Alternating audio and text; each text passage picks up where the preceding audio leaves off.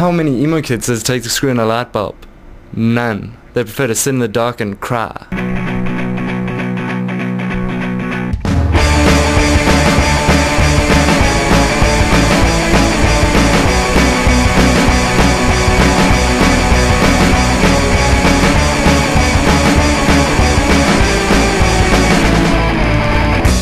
Good evening. I'm legendary journalist Max White, and tonight we take a look into the horrifying phenomena that is emo-culture. Emo is short for emotional, and I've searched far and wide to scratch beneath the surface of these melancholy weirdos. The melancholy person was seen as reclusive, thoughtful, contemplative, generally deep and concerned with the world and how much sadness there is in it. sees himself in study and contemplation, trying to unfurl the secrets of the universe. Almost invisible. They have amazing camouflage. They hide in corners. They look downwards. Never make eye contact. Never make enough noise to be noticed unless they're crying. In Il Penseroso, the thoughtful man, the contemplative life, Penseroso shuns daylight, seeks shady arbours, prefers to work at night, even right through the night. They have looked at society and, let's say, the whole consumer aspects of it, and they decided that it is something which they cannot associate with. And they then decide, okay, I will swim upstream, I will go against societal norms, or at least I'm going to move away from it.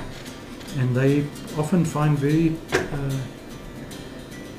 are able to establish very strong bonds with certain ideas or with groupings of individuals, because they know that they are opposing or antagonizing or reacting against something. I'm here in an abandoned graveyard at nightfall, where emo kids come to write depressing poetry and cry. Here's more evidence of the social cancer that is emo. I suppose I just fell out with the right crowd. I mean, I was a normal girl. I used to play netball.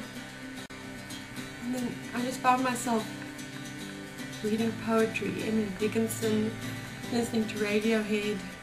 But for Mandy, those days are over. I'm far more social. I get to wear pretty shoes now, and life is just a lot easier to deal with, and a lot brighter. Emo has the potential to ruin the entire global economy. As they move from malls and boutiques into these thrift shops, they threaten the entire Chinese child labour market. Well, the emo look really came into its own with Frederick Michalak's Spring 2006 Spring collection.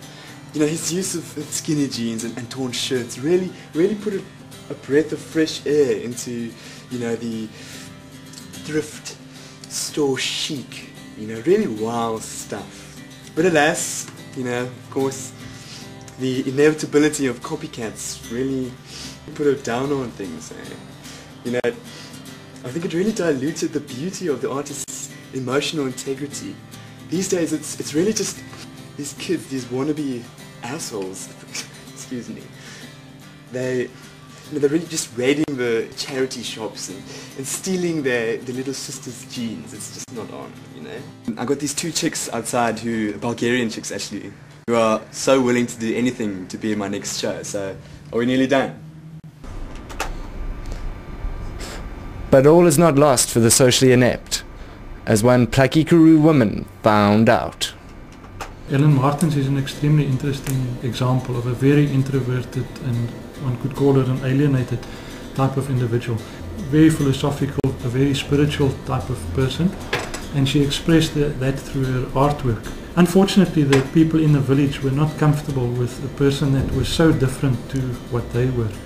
So during her lifetime she experienced rejection and discrimination, and it was only after her death that she is now acknowledged, or she gets the recognition of being an exceptional artist.